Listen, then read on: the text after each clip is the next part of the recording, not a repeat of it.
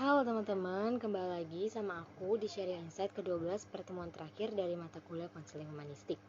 Nah, di pertemuan terakhir ini kita ngebahas tentang tahapan-tahapan dalam proses sesi konseling. Nah, tahapan-tahapan dari proses sesi konseling itu ada apa aja sih gitu, Pak. Nah, tahapan dari proses konseling itu pertama itu ada pra-konseling.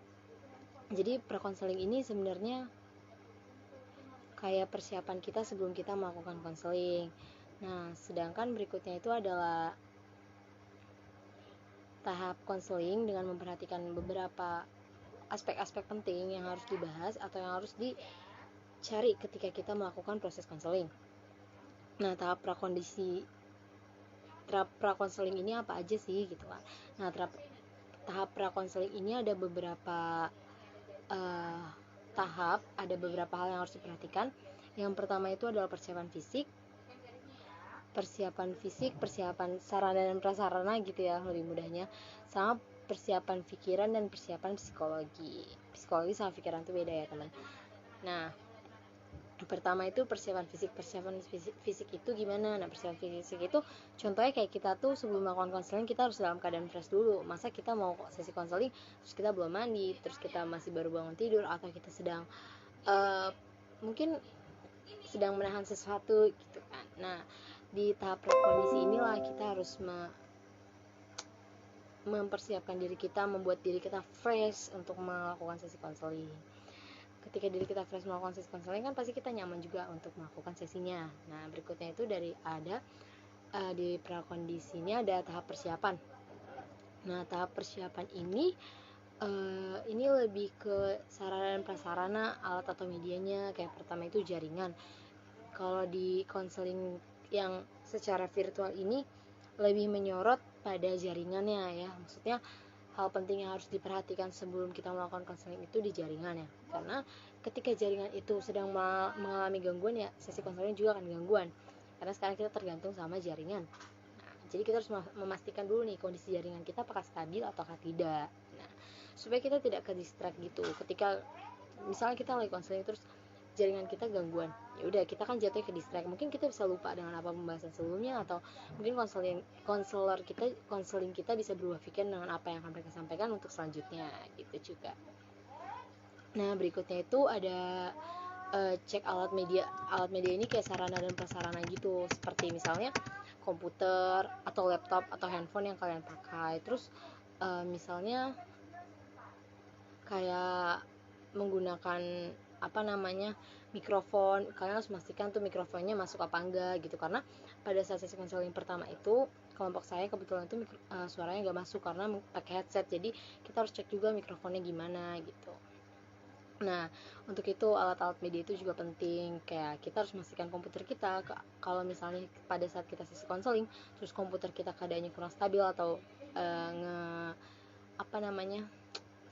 mengalami freeze gitu kan pada saat Zoom atau menggunakan aplikasi lainnya, itu kan akan buat kita ke distract juga gitu. Jadi kita harus pastikan alat-alat, sarana dan prasarana yang kita punya itu sesuai dengan apa yang dibutuhkan ketika kita melakukan sesi konseling, supaya sesi konseling kita juga berjalan dengan baik, sehingga kita tidak akan distract dengan hal-hal yang tidak berhubungan dengan sesi konseling tersebut. Nah, berikutnya kita juga mempersiapkan pikiran kita, karena di sesi konseling ini tadi yang aku bilang pikiran sama psikologi itu beda. Jadi di sesi konseling ini kita juga harus mempersiapkan pikiran kita, di mana di pikiran kita ini kan kita di sini melakukan pendekatan terhadap orang lain.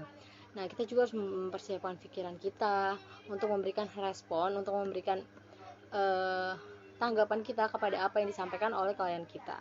Misalnya tapi ketika konseling bukan berarti juga kayak kita tuh terlihat untuk berpikir gitu, kayak kita sebagai konselor juga bukan untuk nge-push diri kita untuk berpikir apa ya respon kita selanjutnya gitu, tapi di sini juga kita bisa enjoy untuk berpikir secara enjoy, sehingga kadang kalau kita terlalu berpikir atau gimana mungkin akan mempengaruhi juga jawaban kita atau respon kita kepada konseling kita.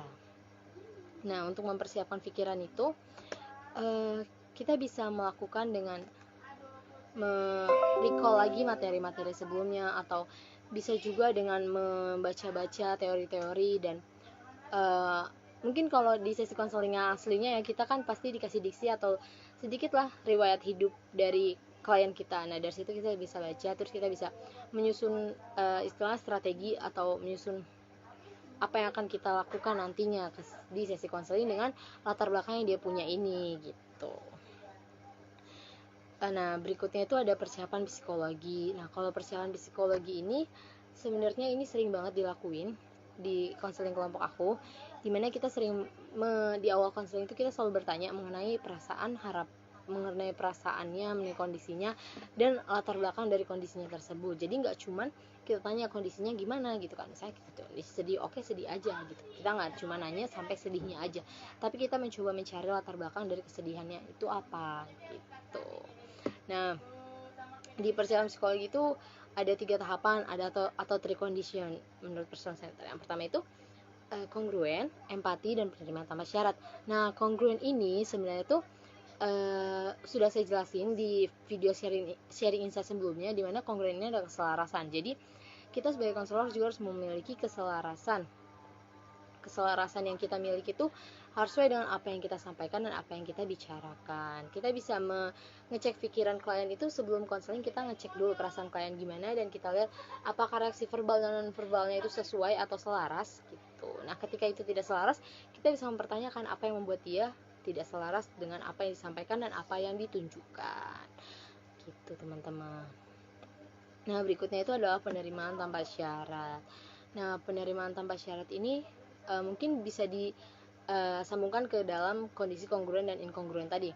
Nah ketika klien kita tidak kongruen, di situ kita perlu melakukan bukan menolak dia ya. Kalau kita menolak berarti kita melakukan penerimaan tanpa syarat, tapi kita justru membantu dia untuk mencari tahu mengapa dia tidak kongruen gitu.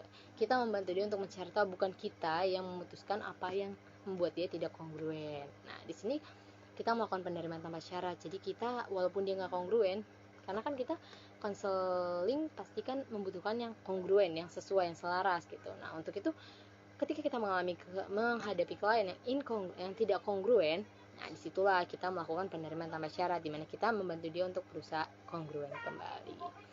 Nah berikutnya itu adalah empati dan memberikan respon empati.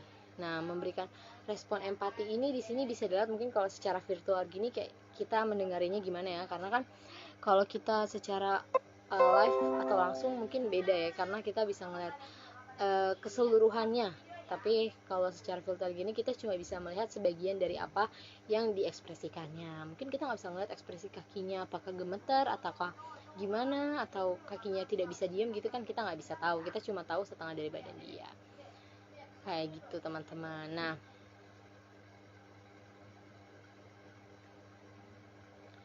Nah untuk berikutnya itu mungkin itu aja yang bisa aku sampaikan di pertemuan ke-12 ini, karena di sebelum-sebelumnya juga aku sudah menyampaikan banyak materi. Semoga apa yang disampaikan bisa berguna untuk teman-teman semuanya. Terima kasih.